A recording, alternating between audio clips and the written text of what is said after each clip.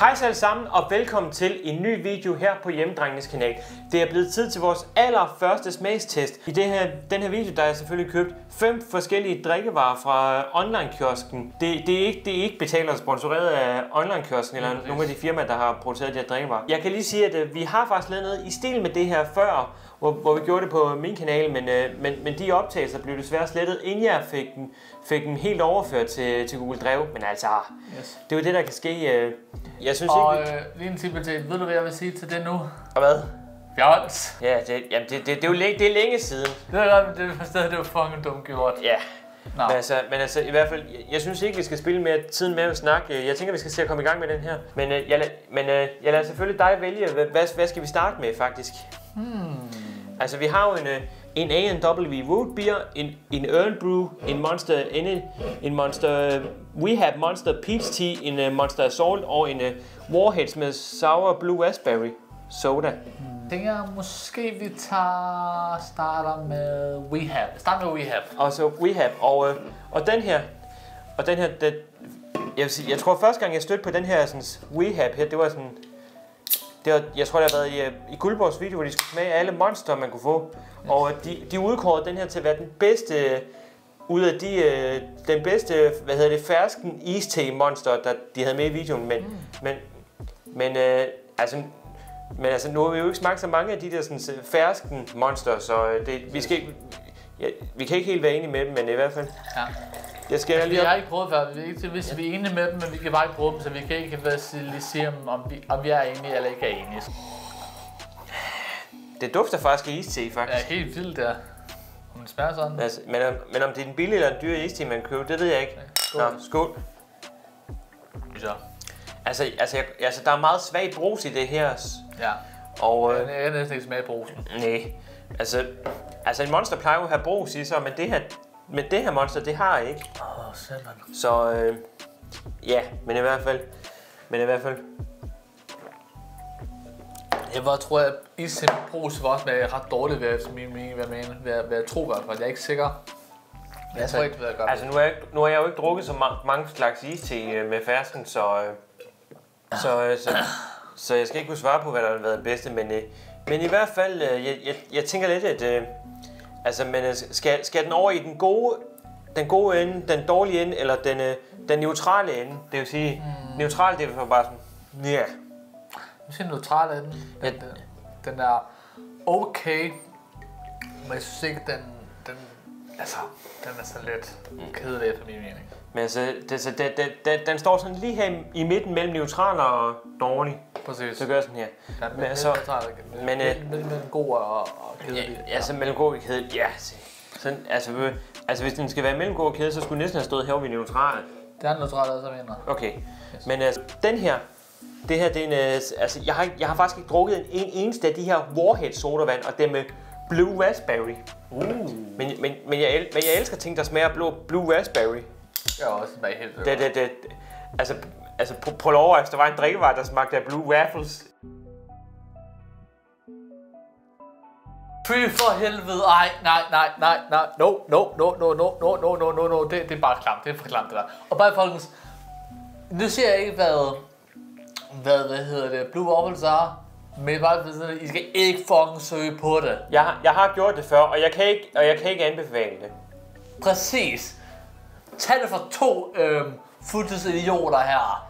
Ja. Lad være med at fucking søge på det. Ja, men i hvert fald, altså, nu er jeg jo selvfølgelig skænkmeister her. Den er blå! Det ligner som blå sodavand, faktisk. Men det ser så syntetisk ud. Nej, det bliver sikkert, og jeg bliver overhovedet sikkert pisse surt. Det dufter hen af blå slåsice, vil jeg sige. Men smager det nu også af blå slåsice? Ja, det finder vi ud af jo. Kæft, den er sur. Den er lidt surere end blå slåsice normalt plejer at være, men altså... Det ser også sundt for os selv. Altså, og bare roligt, folkens. Vi drikker selvfølgelig jo op af, hvad der nu er i glasset. Ja, jeg gør i hvert fald. Jeg ved ikke med ham, men jeg tænker lidt, hvor skal den henne? Om den skal over i den gode side, den neutrale der, eller om det skal over i den dårlige. Altså vi kunne også prøve at rangere dem eller sådan noget, så det står sådan det står sådan, næsten sådan her med, hvoraf den her side er den bedste, og den anden side er den værste, men vi kunne prøve. Jeg tænker lidt, jeg flytter lige det her sådan væk, fordi...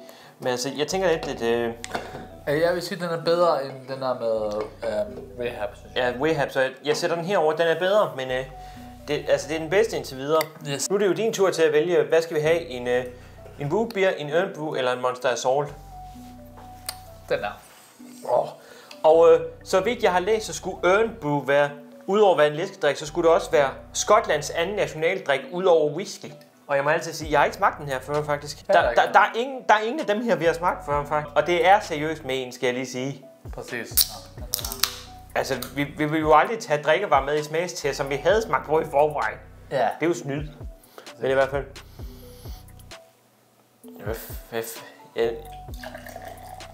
Det er helt orange, den der. Altså, orange, det ligner næsten farven på øl. Jeg gør det faktisk. Altså, næsten, men jeg synes, den duftede rimelig. Wow, det lugter meget syntetisk, synes jeg. Altså, jeg ved ikke, om den er retning i noget appelsin eller mandarin duft. Den blev noget syntetisk noget også. Nej, lad os prøve det. Skål. Skål. Hvad fanden er det for en smag? Det er som... Det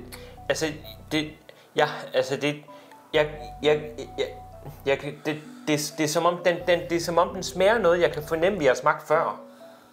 Også her også. Men kan det være noget slik eller noget andet sodavand? Hvad er den slik, synes jeg faktisk? Den er faktisk ikke dårlig, faktisk. Nej, den er ikke, nej. Hvor tænker du skal henne altså på den her sådan, rangering her? Jeg tænker, den skal mellem... Mellem de to der? Ja, i midten der. Så i midten der? Fordi den er ikke, hvad hedder det... Den er ikke sådan... Den er bedre end den der, men ikke bedre end den der. Ja, selvfølgelig. Og, men nu... jeg tænker lidt, at jeg gemmer lige den her Root Beer til sidst, og så tager vi en Monster Assault.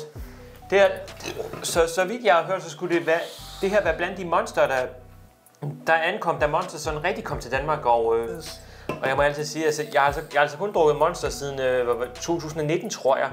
Yes. Ja, det var så noget, der introducerede mig for det. Det var det. Jeg synes, den dufter faktisk af cola. Altså, gør den faktisk så meget...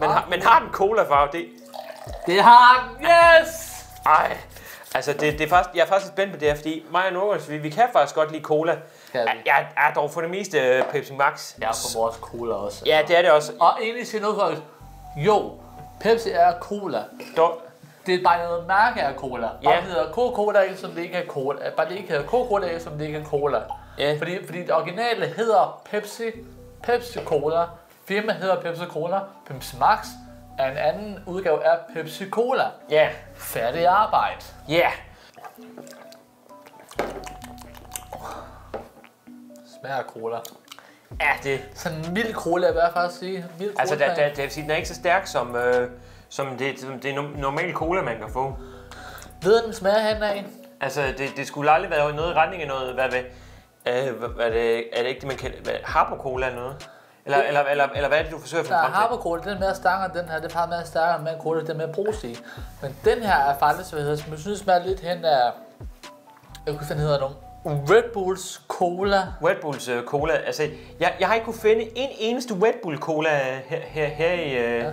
altså, jeg tror stort set ikke en eneste af Middelfarts butikker har jeg kunne finde en Red Bull Cola i. Ja. Jeg har smagt den engang for lang tid siden, og den var ikke så vild med, men den smager lidt hen af, men lidt bedre, vil jeg sige. Ikke om det er en af de bedste eller middelmådige monster, jeg nogensinde har fået, faktisk. Jeg vil faktisk sige, den er...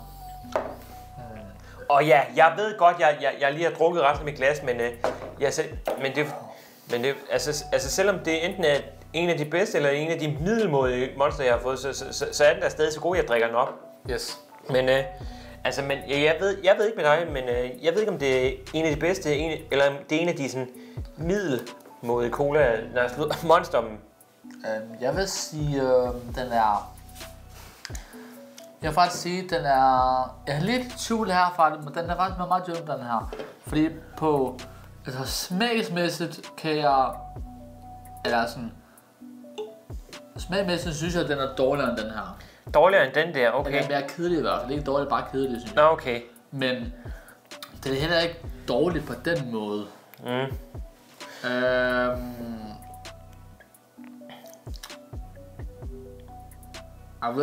Jeg sætter den her. Ja, det er sgu det.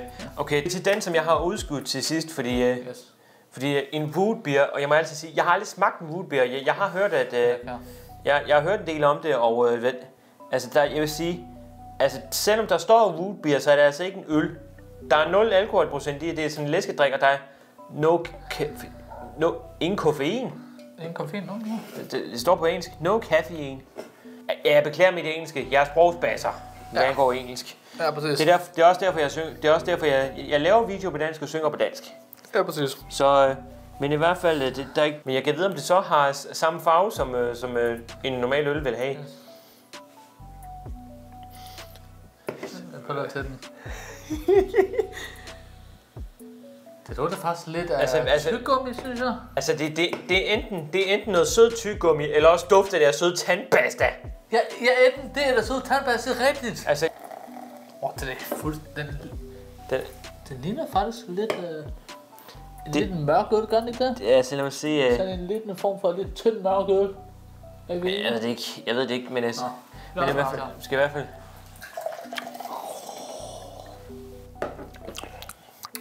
Den synes jeg faktisk ikke er god, den der.